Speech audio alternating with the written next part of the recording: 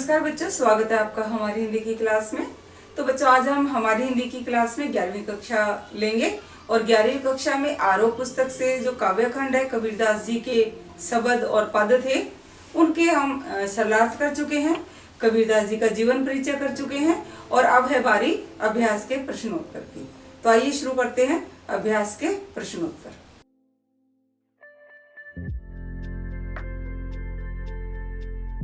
प्रश्न नंबर 1, कबीर की दृष्टि में ईश्वर एक है, इसके समर्थन में उन्होंने क्या तर्क दिए हैं? कबीरदास जी ने ईश्वर को सर्वव्यापक बताया है। उनके अनुसार ईश्वर एक है, वो हर जगह विराजमान है। उन्होंने कहा भी है, हम तो एक एक करी जाना, दो ही कहे तिन्ही को दो जग, जिन नाहिन पहचाना। अर्थात कबीरदास जी का मानना है कि हमारे विचार से तो ईश्वर सर्वव्यापक है, प्रत्येक कण कण में, सृष्टि के हर व्यक्ति में, प्राणी में, पशु में, पक्षी में, सबके अंतर्मन में विराजमान है। उन्होंने बताया है कि एक ही वायु है, एक ही पानी है, एक ही ज्योति है, जिसमें पूरा संसार ये प्रकाशमान है। तो कबीरदास जी के अनुसार जो ईश्वर है वो सर्वव्यापक और विराजमान है प्रत्येक स्थान पर। प्रश्न 2, मानव शरीर का निर्माण किन पंच तत्वों से हुआ है? मानव शरीर का निर्माण जिन पंच तत्वों से हुआ है वो पंच तत्व है आकाश, अग्नि, वायु, जल और भूमि। कबीरदास जी कहते भी हैं, एक एक खाक गड़े सब भांडे, एक ही कोहरा साना। अर्थात कबीरदास जी कहते हैं कि कुम्हार रूपी ईश्वर ने सभी मनुष्यों को एक ही मिट्टी से निर्मित किया है। मनुष्य का निर्माण जिन पंच तत्वों से होता है वो मैं आपको बता चुकी हूँ। पंच तत्व है आकाश, वायु, अग्नि, जल और भूमि। ये 5 तत्व होते हैं जिनके मिलने से मानव का जो शरीर है वो निर्मित होता है। प्रश्न 3, जैसे बाढ़ी काष्ठ ही काटे, अग्नि न काटे कोई, सब घट अंतरी तू ही व्यापक, धरे स्वरूपे सोई। इसके आधार पर बताइए कि कबीर की दृष्टि में ईश्वर का क्या स्वरूप है? कबीरदास जी की दृष्टि में ईश्वर सर्वव्यापक है। उन्होंने बिल्कुल स्पष्ट कहा है, जैसे बाढ़ी काष्ठ ही काटे, अग्नि न काटे कोई, सब घटी अंतरी तू ही व्यापक, धरे स्वरूपे सोई। अर्थात कबीरदास जी ने बिल्कुल स्पष्ट कहा है कि जिस प्रकार लकड़ी के अंदर अग्नि समाई होती है, लकड़ी से अग्नि को अलग नहीं किया जा सकता। बढ़ई लकड़ी को काट सकता है लेकिन उसके अंदर समाई हुई आग को नहीं काट सकता। उसी प्रकार परमात्मा भी हर आत्मा के अंदर विराजमान है, सृष्टि के कण कण में विराजमान है। उसको सृष्टि से या मनुष्य से, मानव के अंतर्मन से कोई भी अलग नहीं कर सकता। तो इस प्रकार जो ये पंक्तियां हैं, इन पंक्तियों के आधार पर कबीरदास जी ने कहा है कि जो ईश्वर है वो सर्वव्यापक है, सृष्टि के कण कण में विराजमान है। प्रश्न नंबर 4, कबीर ने अपने को दीवाना क्यों कहा है?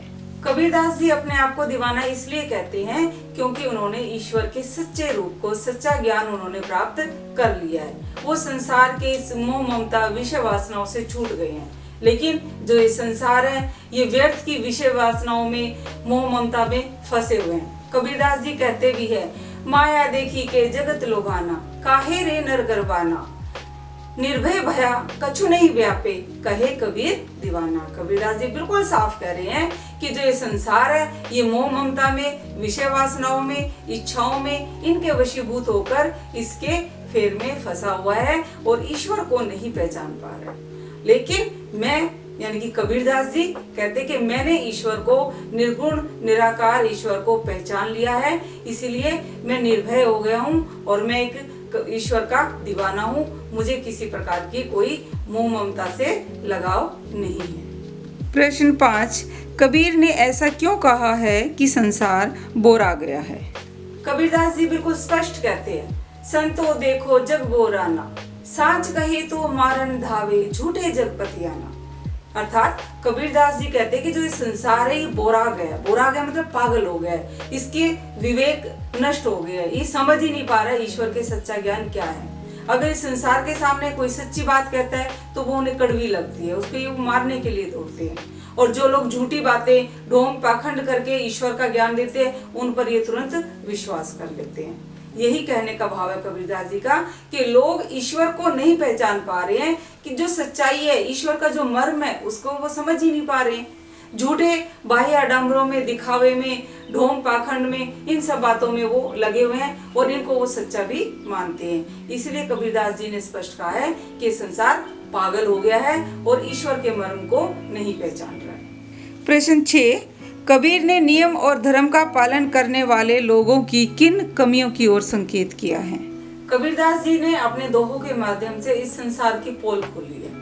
मैं आपको पहले ही बता चुकी हूँ कि कबीरदास जी को ढोंग, पाखंड, आडंबर ये सब बिल्कुल भी पसंद नहीं थे और समाज में जो भी बुराई वो देखते थे उसको तुरंत वो उसको फटकारते थे, चाहे वो हिंदू हो चाहे वो मुस्लिम हो। इसमें भी पद में भी कबीरदास जी ने नेमी और धर्मी का जिक्र किया है। वो कहते हैं, नेमी देखा धर्मी देखा, प्रात करे स्नाना, आत्म मारी पखा नहीं पूजे, उनमें नहीं कुछ ज्ञाना। अर्थात कबीरदास जी कहते हैं कि उन्होंने बहुत से ऐसे लोगों को देखा है जो दिखावा करते हैं कि वो बहुत बड़े नियमों के पालन करने वाले हैं, धर्म के अनुयायी हैं। सुबह उठ के वो स्नान करते हैं, पूजा करते हैं, पत्थरों की पूजा करते हैं, पीपल की पूजा करते हैं, छापा, तिलक, आसन, इस तरह के पाखंड आडंबर बताते हैं कबीरदास जी। ये बाह्य आडंबर है। कबीरदास जी के अनुसार ये सब दिखावा है, छलावा है, ये सच्चा रूप नहीं है ईश्वर को प्राप्त करने के लिए। कबीरदास जी ने इन लोगों के बारे में कहा है कि इनको वास्तव में ईश्वर के बारे में कोई भी ज्ञान नहीं है। इनको इस बात का ज्ञान ही नहीं है कि जो ईश्वर है वो इनके अंदर ही समाया है। ये अपने आत्म को नहीं समझ पा रहे हैं, तो वो क्या ज्ञान देंगे। प्रश्न 7, अज्ञानी गुरुओं की शरण में जाने पर शिष्यों की क्या गति होती है? कबीरदास जी ने उन अज्ञानी गुरुओं के बारे में भी बताया है कि जिनको खुद ज्ञान नहीं है और वो दूसरे लोगों को ज्ञान देने का दिखावा करते हैं। कबीरदास जी स्पष्ट कहते हैं, घर घर मंत्र देत फिरत है, महिमा के अभिमाना, गुरु के संग सीखे सब बूढ़े, अंत काल पछिताना।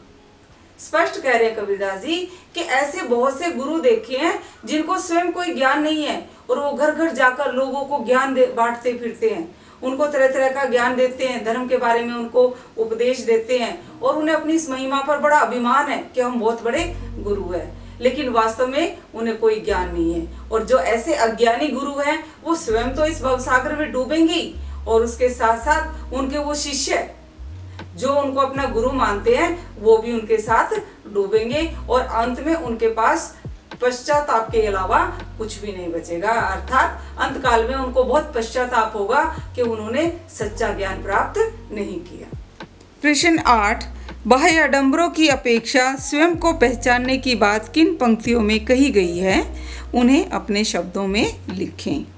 कबीरदास जी ने वैसे तो सभी में बाह्य आडंबरों का विरोध किया है, उनका जिक्र किया है, तो उनको अपने शब्दों में लिखने के लिए आप कोई भी जो आपको ये दोहा याद होता है वो लिख सकते हैं।